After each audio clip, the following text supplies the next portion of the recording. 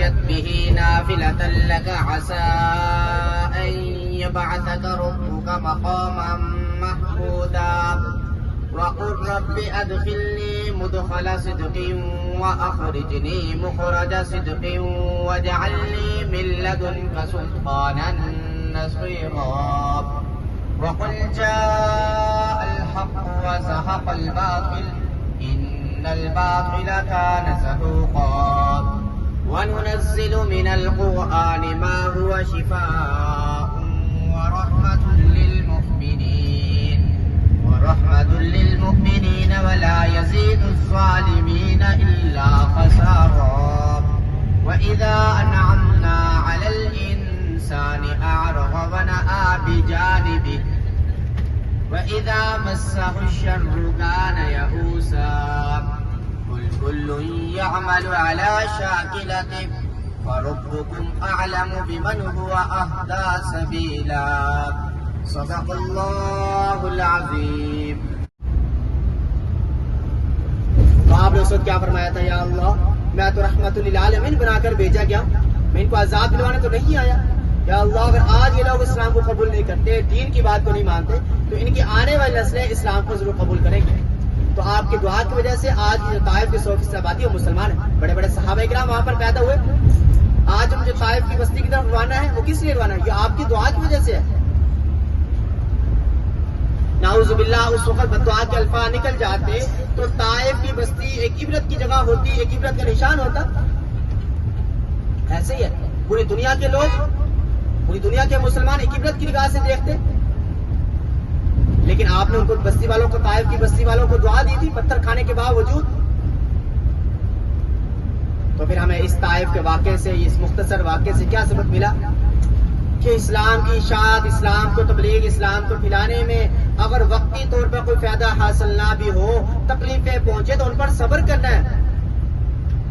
وقتی طور پر کوئی فائدہ حاصل نہ بھی ہوگا، لیکن آنے والے وقت میں، آنے والے صدیوں میں انشاءاللہ اس کا بھرپور فائدہ حاصل ہوگا.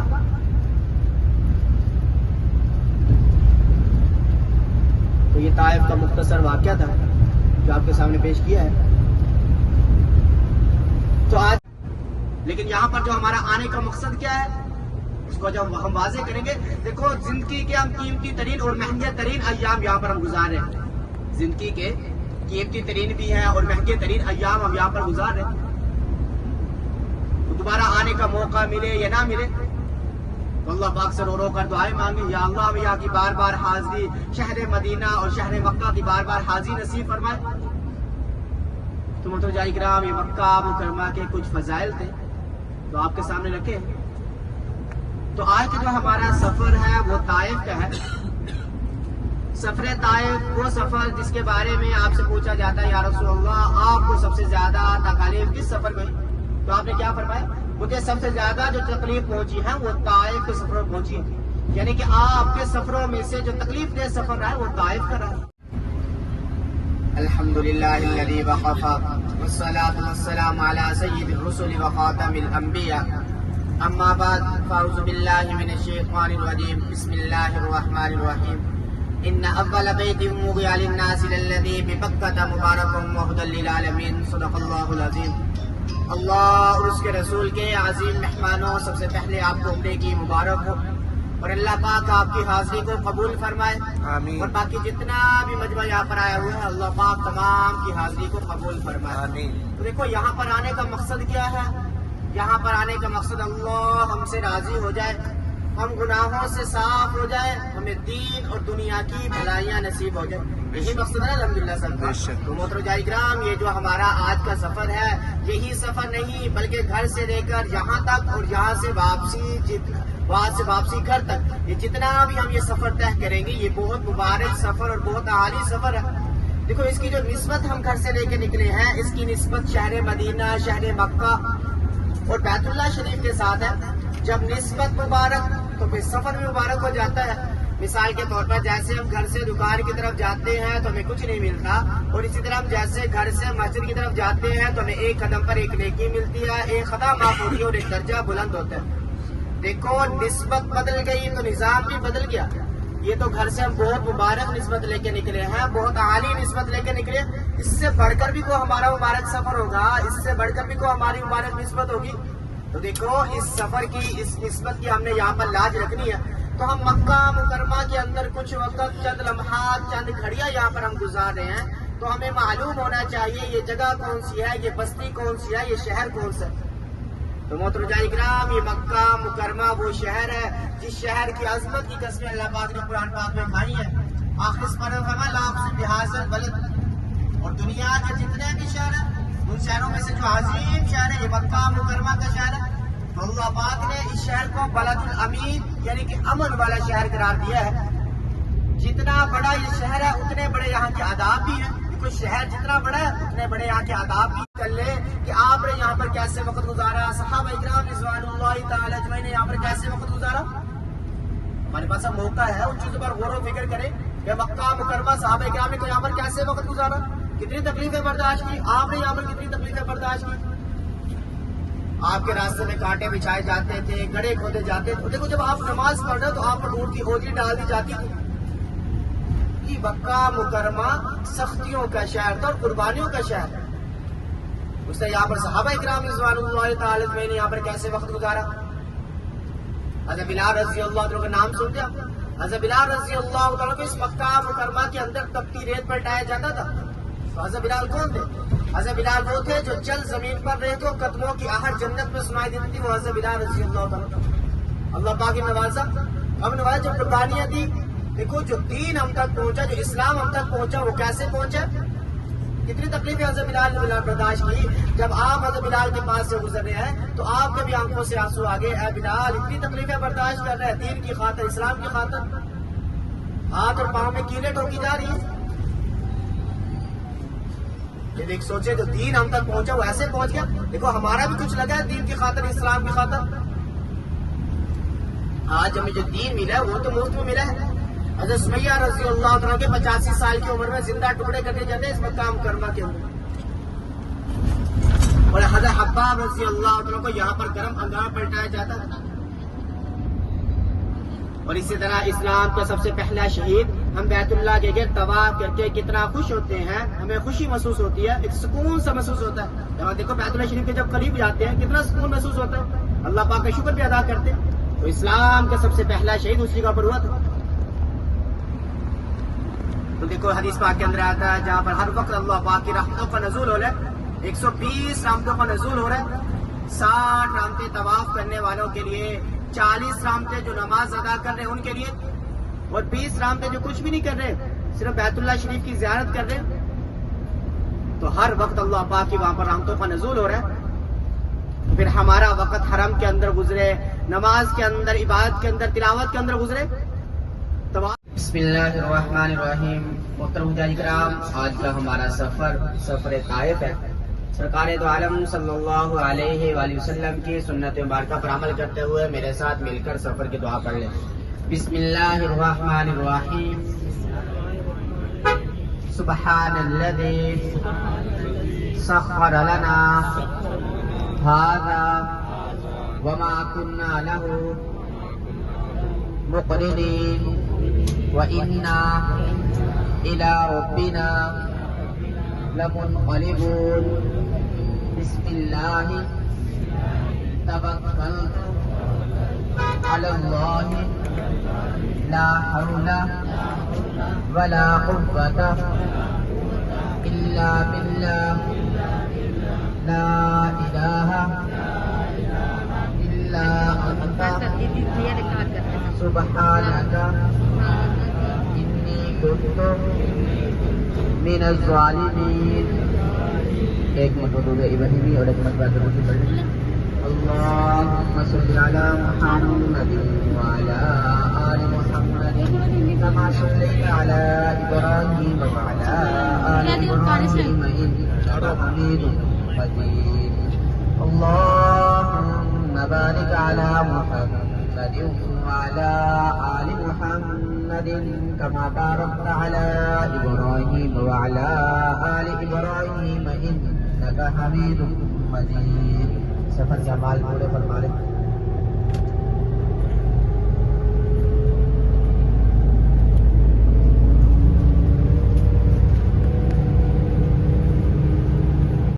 لڑائی جھگڑا نہیں کر سکتے، یہاں پر آپ شکار نہیں کر سکتے، یہاں پر آپ گھاس نہیں کاٹ سکتے، یہاں پر آپ بڑی بڑی چیز جو کسی قابل استعمال میں ہو یا نہ ہو وہ بھی نہیں اٹھا سکتے۔ اور اسی طرح اگر آپ نے حج کا یا عمرے کا احرام باندھ لیا ہو، اب آپ حرم سے باہر بھی کیوں نہیں ہو، آپ پر یہ پابندی آ جاتی ہے، جیسے آپ اپنے جسم کے بال اور ناخن بھی نہیں کاٹ سکتے، خوشبو بھی نہیں لگا سکتے، سینے و کپڑا بھی نہیں پہن سکتے، دیکھو اور بھی آداب ہے۔ تو ان آداب کو مد نظر رکھتے ہوئے، ان آداب کو سامنے رکھتے ہوئے ہمیں یہاں پر وقت گزارنا ہے۔ اسے دیکھو یہ مکہ مکرمہ وہ شہر ہے جس شہر کی پرواز بھی بہت بلند، جہاں کا جو ہمارا ایک عمل وہ 1 لاکھ کے برابر، جہاں کی جو ہماری ایک نماز 1 لاکھ کے برابر۔ تو جب ہمیں اس چیز کی فضیلت معلوم ہوگی تو ہمارا وقت یہاں پر قیمتی بنے گا، غفلت میں نہیں گزر جائے گا، گپ شپ میں نہیں گزر جائے گا، ہوٹل میں بیٹھے ہوئے نہیں گزر جائے گا۔ کب نہیں گزرے گا؟ جب ہمیں معلوم ہوگا کہ یہاں کا جو ہمارا ایک عمل ہے وہ 1 لاکھ کے برابر ہے، یہاں کی جو ہماری ایک نماز ہے وہ 1 لاکھ کے برابر ہے۔ دیکھو وقت گزر ہی جانا ہے۔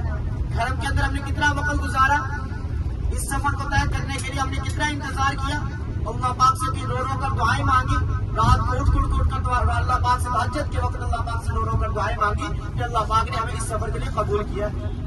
دیکھو یہ دیکھیں دنیا کے لوگ کتنے اپنے دائیں بائیں ارد گرد بستی والوں کی طرف نظر دوڑائیں تو کتنے لوگ ہیں جو ترس رہے کاش ہمارا بھی ایک سفر ہو جائے شہر مکہ شہر مدینہ کی طرف۔ تو دنیا کے لوگ ترس رہے ہیں تو اللہ پاک اپنے محبوب لوگوں کو، اپنے پسند یا لوگوں کو یہاں پر آنے کی توفیق بخشے اور سعادت بخشے۔ تو ہم وہ لوگ دنیا میں سے چنے ہوئے لوگ ہیں، لاکھوں نہیں بلکہ کروڑوں انسانوں میں سے اللہ پاک نے ہمیں چنا ہے۔ تو دیکھو جب اللہ پاک ایک نعمت دیتے ہیں، جب اس نعمت پر شکر ادا کیا جاتا ہے تو اللہ پاک اس نعمت کو بڑھا دیتے ہیں۔ جب ہم اللہ پاک کے اس نعمت پر شکر ادا کریں گے تو اللہ پاک ہمیں یہاں کی بار بار حاضری بھی نصیب فرمائیں گے اور باعدد یہاں کی حاضری نصیب فرمائیں گے انشاءاللہ۔ سب کو سمجھ آ رہی ہے؟ دیکھو محترم اکرام، یہ مکہ مکرمہ وہ شہر ہے جہاں پر سرکار دو عالم صلی اللہ علیہ وسلم کی ولادت، بچپن، لڑکپن، جوانی یہاں پر گزری۔ وہ کہ آپ نے 53 سالہ زندگی اس مکہ مکرمہ کے اندر گزاری ہے۔ گھر کے اندر ہم نے واقعات سنے، احادیث سنی ہے۔ آج ہم یہاں پر تشریف لے کر آپ کو، لیکن جب آپ نے نبوت کا اعلان کیا یہی ابو جہل آپ کی طرف پتھر پھینک رہا ہے، رشتے دار بھی دشمن ہو گئے۔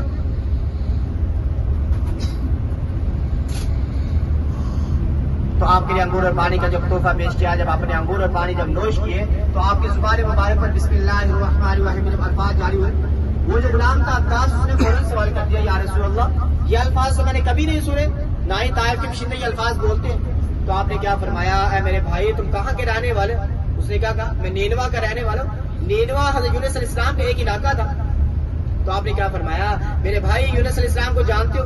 وہ حیران اور پریشان ہو گئے، وہ تو ہمارے پیغمبر تھے، ہمارے نبی تھے، آپ کیسے جانتے ہو؟ تو آپ نے کیا فرمایا، جیسے وہ آپ کے پیغمبر تھے، آپ کے نبی تھے، میں بھی اللہ کا پیغمبر اور نبی ہوں۔ وہ جو غلام تھا عباس وہ فوراً یہ بات سن کر آپ کے ہاتھوں پاؤں کو چومنے لگا اور کلمہ پڑھ کے مسلمان ہو گیا۔ طائف کی بستی کے اندر سب سے پہلا جو مسلمان ہوا تھا وہ عباس ہوا تھا، عتبہ بن ربیعہ کا جو غلام، گویا کہ اس کا اسلام لے کر آنا آپ کے زخموں پر مرہم کا کام کر گیا۔ تو جس محنت کے لیے وہاں پر تشریف لے کر گئے، چلو کوئی تو مسلمان ہوا، غلام ہی صحیح۔ پھر اپنے ہاتھوں کو اٹھایا، یا اللہ مجھے کن ظالموں کے حوالے کیا ہے جو مجھے بھی نہیں پہچانتے، جو میری قدر کو نہیں پہچانتے۔ یا اللہ تو اگر تو مجھ سے اس یعنی کہ یہاں اتنی تکلیفیں برداشت کرنے کے باوجود اگر تو مجھ سے راضی ہے تو مجھے کوئی فکر نہیں ان کی۔ تو حضرت جبرائیل علیہ السلام فوراً حاضر ہوئے پہاڑوں کے فرشتے کو لے کر، کیا فرمایا، یا رسول اللہ پاک نے یہ منظر دیکھ بھی لیا اور سن بھی لیا، اب جو پہاڑوں کا فرشتہ وہ آپ کے حکم کا منتظر ہے۔ اگر آپ ایک حکم فرما دیں یا ایک اشارہ بھی فرما دیں، یہ طائف کی بستی کو بلیامیٹ کر رکھ دیں، کچل کر رکھ دیا جائے، تو آپ کے پاس ہر طرح کی قوت موجود، طاقت موجود، دشمنوں سے بدلہ لینے کا موقع بھی موجود تھا، دشمنوں سے بدلہ لینے کا موقع بھی موجود تھا۔ تو اس وقت آپ کے کیا الفاظ ہیں؟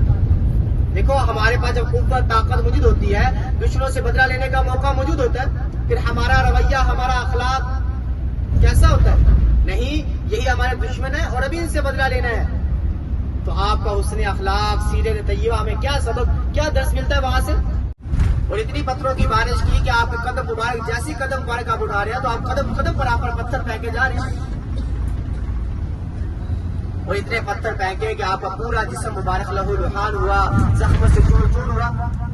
اور اتنا آپ کو کہا کہ آپ کے جوتے مبارک لہو سے تر ہو گئے، یہاں تک کہ ایک پہاڑ کے ساتھ تشریف فرما ہوئے، لیکن ظالم پہاڑ کے اوپر چلے گئے اور اوپر سے پتھر پھینک گئے. تو آپ پتھروں کی طرف اشارہ فرما رہے ہیں، اگر آپ آباد کی طرف سے آتے ہو تو آ جاؤ، اگر ظالموں کی طرف سے آتے ہو تو وہیں پر رک جاؤ. جب ان پتھروں کی طرف اشارہ کیا تو پتھر وہیں پر رکے، آج وہ پتھر وہاں پر موجود ہے جن کی ہم آج زیارت کریں گے. اس کے بعد آگے سفر طے کیا. اب قدم قدم پر آپ پر پتھر پھینکے جا رہے ہیں، چلتے چلتے ایک انگوروں کے باغ میں تشریف لے کر جاتے ہیں. اور وہ انگوروں کا باغ کس کا تھا؟ وہ انگوروں کا باغ عتبہ بن ربیعہ کا تھا، جو آپ کے سخت ترین مخالف تھا. یعنی اتنا بڑا مخالف تھا کہ اس نے بدر کے میدان میں جھنڈا لہرایا ہوا اور کیا کہتا ہے، نعوذ باللہ مجھے محمد نظر آ جائے تو اس کو قتل کر دوں. اب اتنا بڑا دشمن جب آپ اپنے انگوروں کے باغ میں دیکھے گا تو نعوذ باللہ اس کے پاس تو موقع بھی ہے غنیمت جان تو آپ کو نقصان پہنچائے نہیں. جب اتنا بڑا دشمن جب آپ اپنے انگوروں کے باغ میں دیکھتا ہے وہ بھی افسوس کرتا ہے، ظالموں اے طائف کے بشندوں تم نے محمد پر بہت ظلم کر دیا. یعنی کہ اس وقت کے جو دشمن تھے ان کو بھی اس بات کا افسوس ہو رہا تھا. تو اب یعنی کہ آپ کے پاس جانا چاہتا ہے، خاندان تھا، آپ سب کا رشتہ دار بھی تھا، لیکن آپ کے پاس جانا چاہتا ہے، لیکن شرم آڑے آگے کیا کہتا ہے، محمد کے پاس میں کیسے جاؤں، میں تو ہر وقت تکلیف پہنچانے کے در پہ رہتا تھا. تو اپنے غلام کے ہاتھ میں آپ کے لیے انگور اور پانی کا تحفہ پیش کرتا ہے اور کیا کہتا ہے اپنے غلام کو، محمد کو کہہ دینا صلی اللہ علیہ وسلم میری رشتہ داری کا واسطہ یہ انگور اور پانی رد نہ کرنا. اپنی رشتہ داری کا واسطہ بھی دے رہے. دیکھو جب آپ نے 40 سالہ زندگی اس مکہ مکرمہ کے اندر گزاری تو آپ صادق امین کے نبوت سے پہلے جو زندگی دی آپ صادق امین کے لقب سے پکارے جاتے تھے، آپ کے پاس امانتیں بھی رکھی جاتی تھی. لیکن جب نبوت کا اعلان کیا تو ابو جہل کتنا بڑا سردار تھا، جب آپ کو اپنے منصب پر آتا ہوا دیکھتا تو اپنے منصب پر کھڑا ہو جائے گا. کیا کہتا ہمارے خاندان کو نو نہاد آ گیا اپنے منصب. آپ نے یہ سفر پیدل طے کیا تھا، 10 دن کے مسافت یہ سفر طے کیا، پیدل سفر، پہاڑوں کی بلندی پر جانا، پھر نیچے اترنا، پھر پہاڑوں کی بلندی، مشقوں کا سفر، تکلیف دہ سفر. وہ ہے کہ آج ہم بھی ایک سفر طے کر رہے ہیں طائف کا. دیکھو اے سی گاڑی کے اندر بیٹھے، سکون دہ سفر ہے، آرام دہ سفر ہے، ایسے ہی ہے.